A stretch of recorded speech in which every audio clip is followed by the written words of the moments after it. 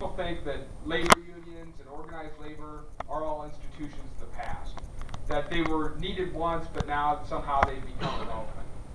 I'm here to tell you that that is an outright lie. It's a lie because when the American middle class is strong, it's because labor is strong. And that's not just lip service, that's true. You know, as we look right now in the dire economic times that we're in, you know, and people say, well, maybe unions are just in the way of job creation. Maybe they're asking too much. That's not true. Because if you want to know what's going to create jobs, it's having a market that's going to buy products. If you want a market that's going to buy products, people have to have the means in order to buy products. Organized labor has always fought for people to have those wages and those means in order to buy products. If you like any major advancement over the last 100 years in workers' rights, it's because of labor.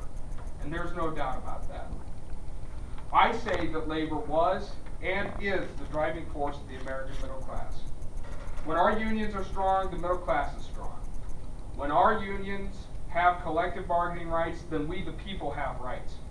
When our unions are free, we are all free. Now there is an outright assault on labor. Some people are trying to take away collective bargaining rights for our sisters and brothers in public sector unions. If they're going to do it to the public sector, don't think they won't do it to the private sector unions as well. There's an assault on our rights. They think we're asking too much. We're not asking too much to have the ability to build a market for real American products that are made by Americans. That's not asking too much, and it doesn't have to be taken as asking too much. And I stand here myself, a product of labor. My great-grandfather, grandfather, father, all union men. The reason why I was able to go to school and get an education and find myself talking in front of you guys today is because of opportunities that were provided to me because of my heritage in labor.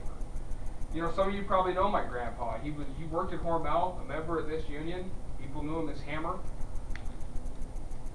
He worked for Hormel until the day he died. And the reality of it is,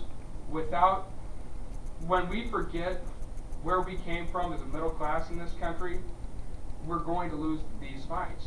If my candidacy for state legislator is a way for us to start winning again. It really is. Because I'm not somebody who's going to kick you a little bit less hard than Charlie Jansen.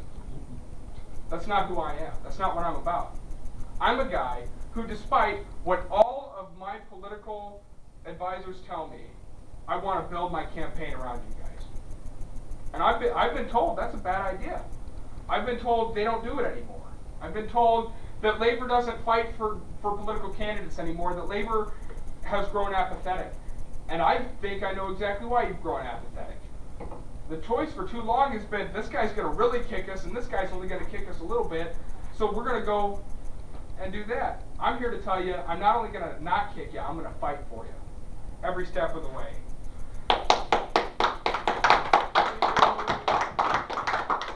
Here's some of the ideas that I have specifically to help you guys out. The first thing is, I will defend collective bargaining rights at every turn. I will not vote for a single piece of legislation that in any way curtails the rights of collective bargaining. That is a fundamental American right. It cannot go away. And we need it in order to strengthen labor and to strengthen our middle class again. We need to make it easier for workers to organize. No offense, right now y'all have it a little bit nicer than somebody like Staffer Kenny here, or somebody like me who works at Food for Less in the meat department. We're not union. A lot of us wish we were. We need to make it easier for workers to organize. We need to make it easier for workers to stand up and say, hey, we deserve a seat at the table when we're negotiating our pay and our rights. That's essential to a free market. Labor is a commodity that we sell, ladies and gentlemen. It is a commodity that, and if we can't sell that, just like the wealthy are able to sell their products, then our economy will fall apart. The strength of our economy has always been on your backs, and that's going to continue, and we're not going to let that slip away. And finally, I will do everything I can to make sure that people who are receiving union protection are paying union dues. I will make sure that that if you're going to enjoy the benefits of that unions have given everybody, that people are union members and that they're supporting their local unions. There are a few ways that we can do that. Everybody in here has heard of right to work laws. Everybody. What have they done? I'll tell you exactly what they've done. They've made it so that unions have lost their seat at the table. They've done it so that you might have a union in name only, but nobody's paying dues, nobody's invested, nobody's working for it. Union loses its legs. It loses its one bargaining power with the company. I am not going to allow that to happen. I'm here to tell you that if we want to know where labor is going in the future, we can look to what Dr. Martin Luther King Jr. said about labor. Just to make sure I get this quote right. He said, "History is a great teacher. Now, everyone knows that the labor movement did not diminish the strength of the nation, but enlarged it. By raising the living standard of millions, labor miraculously created a market for industry and lifted the whole nation to undreamed of levels of production. Those who attacked labor have forgotten these simple truths, but history remembers them." With that, I would like to sincerely ask you for your support, for your endorsement.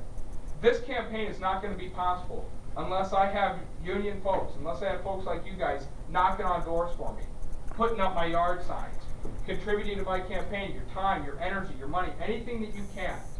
And together, we can make this a possible election. Charlie Jansen is a beatable candidate.